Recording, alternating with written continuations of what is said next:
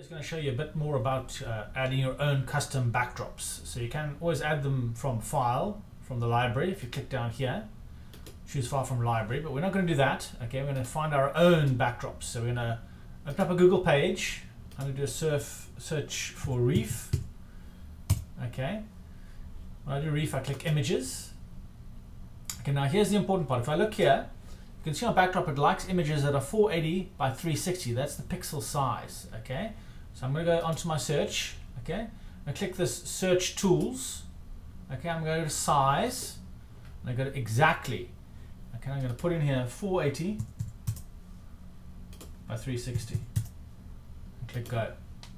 Now these images fit perfectly. Now I don't want any images with this black and white at top and bottom. Okay, so you can have a look through and see if there's anything you like. I say like this picture, so I click it, it opens up, I drag this and drop it onto my desktop.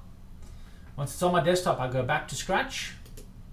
Okay, now I can go down the bottom here, instead of from Library, I'm going to open up from File, so I click that, and there you can see the file that I just saved. Remember, I'm on the 4 squares here. If I'm like this in straight lines, I can't see the image. It's easier if I'm on these 4 squares. You can see the image, click and open it.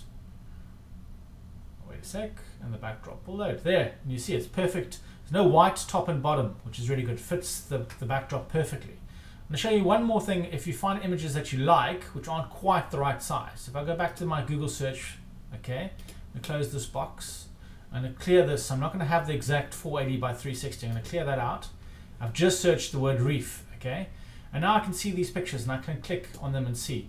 Now you can see on the right hand side, this picture is huge. You can see it's 1200 by 1400. That's too big. Okay, I want ones which are more or less the right size. Okay, so if I click on this one, you can see it's 460 by 395. That's a better one to use. I can actually adjust this image. Okay, but let's have a look at a few more. That one's not so good because it's also huge. So let's see, maybe this one looks quite cool. Yeah. So let's see, I'm going to go for, what's this one? What size is this? That's about right. So it's 728 by 550. So it's almost the right size. So I'm going to drag this off and drop it onto my desktop. I'm going to use this image, but I'm going to crop it now. I'm going to show you how I can crop it to be the right size that will fit the 480 by 360. So if I go onto another web page, it's called pixlr, pixlr.com. Okay, go to that in your web browser. This page launches like this, and you want the left-hand one, you want the editor. So I click the editor, it opens up, okay. So now they've got these options, okay. Now I've already saved the file, so open image from computer. And the file is this Caribbean coral reef. The picture opens up, okay. So now here I go, just below here I've got a marquee tool. So I click the marquee tool. Okay, so I'm going to be able to select an area now. So it goes no restriction. I'm going to drop that box down and go fixed size. And obviously this is the size at the moment, so I want to make it 480 by 360. Okay, and now when I click, you'll see it gives me a box that's exactly that size that I can move around.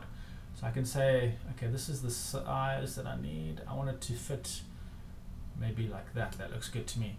So now I can go Image, Crop. So it's just taken this 480 by 360 part of the image that I want. Now I'm going to File, and I'm going to Save. So I'm going to leave the same name, JPEG fine, good, leave the image quality, that's all okay. Click OK. So it's telling me that's the file's name, Caribbean Coral Reef. I'm going to leave that. It's on my desktop, that's where I want to save it. Click Save again. It already exists, obviously the original is still there, but I want to replace it with this resized version, so I'm just going to click Replace. Okay, so image is saved. Now when I go back to my Scratch projects, I'm going to go back down here again to the bottom left, upload backdrop from File, click on that. Okay, now Caribbean Coral Reef is here.